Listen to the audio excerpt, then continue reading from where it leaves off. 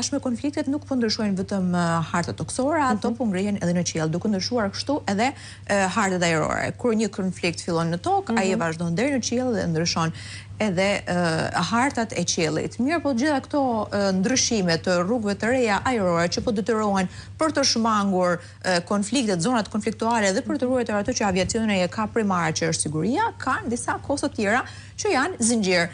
Për të shmangur këto zona kemi devijime dhe zgjatime të rrugëve ajrore. Duke zgjatur rrugët ajrore, kemi një zgjatje të kohës të fluturimit. 1 deri në 2 orë është pak a shumë mesatarja që fluturimet për shkak të konfliktit pra mbira. 1 deri në 2 orë janë zgjatur fluturimet. Duke zgjatur fluturimet, shumë e konsiderueshme për djegjen e karburantit që kanë avionat, dhe kjo kalon në efektin zinxhir, që do të thotë më shumë karburant. Më shumë karburant do të thotë më shumë kosto për kompanitë ajrore dhe më shumë kosto për kompanitë ajrore çon në atë efektin zinxhir që më shumë bileta me çmime më të larta. Po në rastet kur ka vetëm rritje të çmimit të karburantit, edhe e njëjta gjë reflektohet si kjo. Sa është përqindja më lart kur janë rritur biletat, për shembull, nëse kemi shifra? Vetëm nga rritja e çmimit, pa ndryshim të hartët të fluturimit. Pa ndryshim të hartët të fluturimit, pra është marrje mesatar 20 deri në 30% mbi atë normalitetin e kostos që ka një që ka pasur më parë. E qartë, po. Sidomos tani që janë bërë, pra është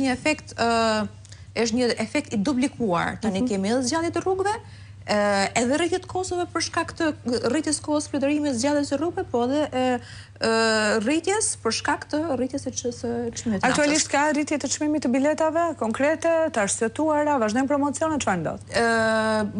Faktikisht, këto kohë janë rritur dhe ne kemi vënë re që janë rritur edhe çmimit të biletave, të cilat ne i frekuentojmë. Ndoshta Shqipëria, meqense ka edhe linja të shkurtra, nuk është se është një edhe aq shumë, po themi, por kriza më e madhe që po ndodh tani është tek linjat që janë pra tek linjat ndërkombëtare të mëdha globale, të cilat kanë fluturime që kanë me distanca shumë të largëta. Disa kompani kanë paralajmëruar që disa nga destinacionet do t'i rrallojnë, pra nuk do kenë 4 fluturime siç kanë pasur më parë, por do të detyrohen që t'i rrallojnë. Italia, për shembull, para 2-3 javësh shpalli një alarm që tha pas qershorit ne do ulim numrin e fluturimeve dhe do ulim karburantin, siç duket në Itali po fillojnë karburantin ta kalojnë me tellona, pra një farë mënyre pavarësisht se e thash në gjuhë popullore, po do fillojnë edhe ta të japin karburantin pra në bazë të kompanive ajrore dhe nuk është se do ketë furnizim pa limit siç e kanë pasur më parë ku një avion zbret në pistë dhe furnizohet me karburant siç është. Italia pra paralajmëroi këtë që furnizimi për kompanitë ajrore për avionet do jetë i sankcionuar.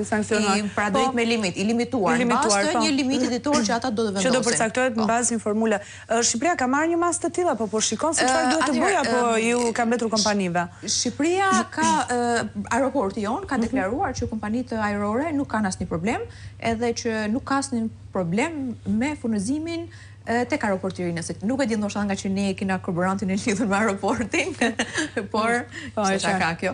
Po gjithsesi ne nuk pra me furnizimin tek aeroporti jon nuk ka probleme dhe nuk ka limitim. Leonard, si shikon, ka një ndryshim të çmimit të biletave, kanë ndryshuar rrugët hartat e fluturimit, janë zgjatur fluturimet me orë, janë rritur çmimet, do ndikojë në këtë sezon turistik, si e shikon ti?